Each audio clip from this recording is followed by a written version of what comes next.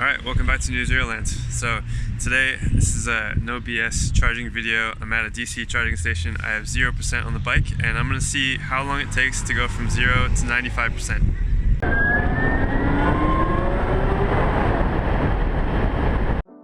Alright, let's get straight into it. When the green light shows up on the dash, I'm going to start the timer. And I'm going to speed this up so you guys don't have to wait around like I did. Really, I only waited by the bike because I had my camera mounted to it. You know, this isn't a normal thing. When you charge an electric vehicle, you don't usually wait. You know, normally I would just plug in and go buy really expensive cereal. But this time I wanted to make sure it recorded. And also I tried to cover the dash with my jacket so it blocked reflections. But it was super windy, so you'll see the jacket move every once in a while.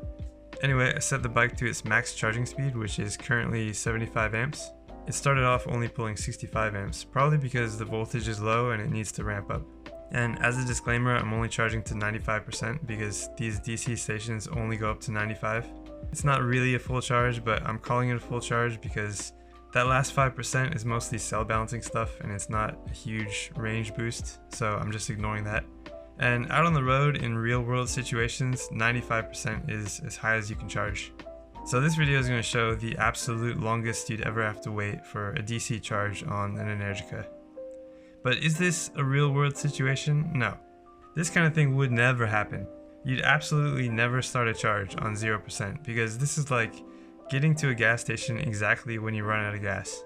Like somehow you timed it so perfectly that you're coasting in on fumes. Or what would you call that on an electric bike? Riding on lithium farts? I don't know, but people seem to think that's how EVs work, that somehow you're always starting from 0, so here we are. Most of the time I get here with like 20% and unplug at 80, which takes about 15 minutes. So that's what I've been telling people when they ask how long it takes to charge. I say it takes about 15 minutes, but recently someone asked, wow, 15 minutes for a full charge? And I had to admit, I actually have no idea how long a full charge takes, so here I am shooting a video to find out.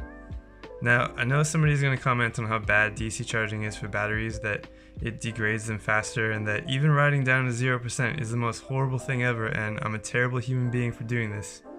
But here's my take on that, right? Let's say a battery lasts about 10 years. It's probably going to last longer than that, but let's just say in 10 years it starts degrading enough that you notice a drop in your range.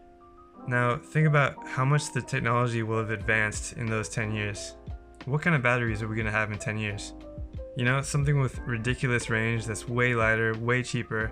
Why would you even care about your old battery? You're either gonna recycle the one that came with your bike and swap in a new one, or you're just gonna buy a different bike. Because also, who knows what kind of bikes are gonna be available in 10 years? We might have solar-powered hover bikes, I don't know. And let's be honest, do people even keep their bikes for 10 years? Or is it just me? Do I have a problem? But what it comes down to, in my opinion, people get so wrapped up in battery cycles, battery health, setting timers to start the charging at night, never going outside 20 and 80%.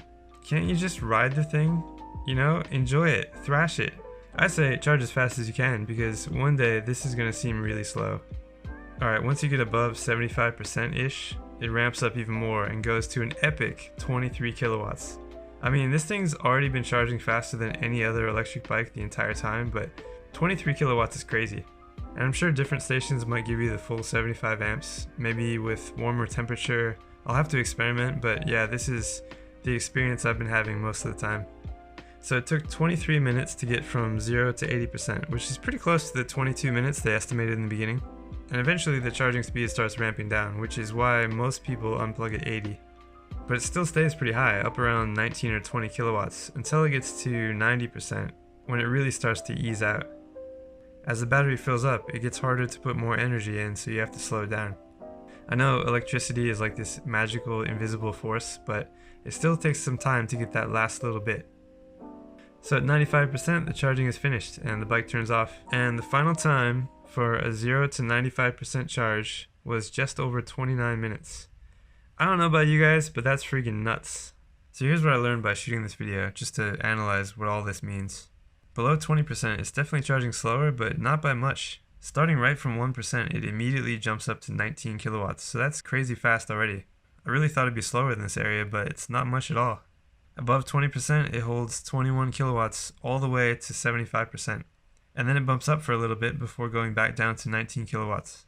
This surprised me though. it doesn't drastically slow down at 80% like I expected. So it might actually be worth letting it charge up to 90. And even 90 to 95% still only took 2 minutes, so if you need the range, let it charge all the way. I have to say, Energica did an amazing job getting these bikes to charge so quickly, so consistently throughout the whole range. Alright, well, that was really fast, so if that charging speed impressed you guys as much as it impressed me, leave a comment. Thanks for watching, and I'll see you guys next time.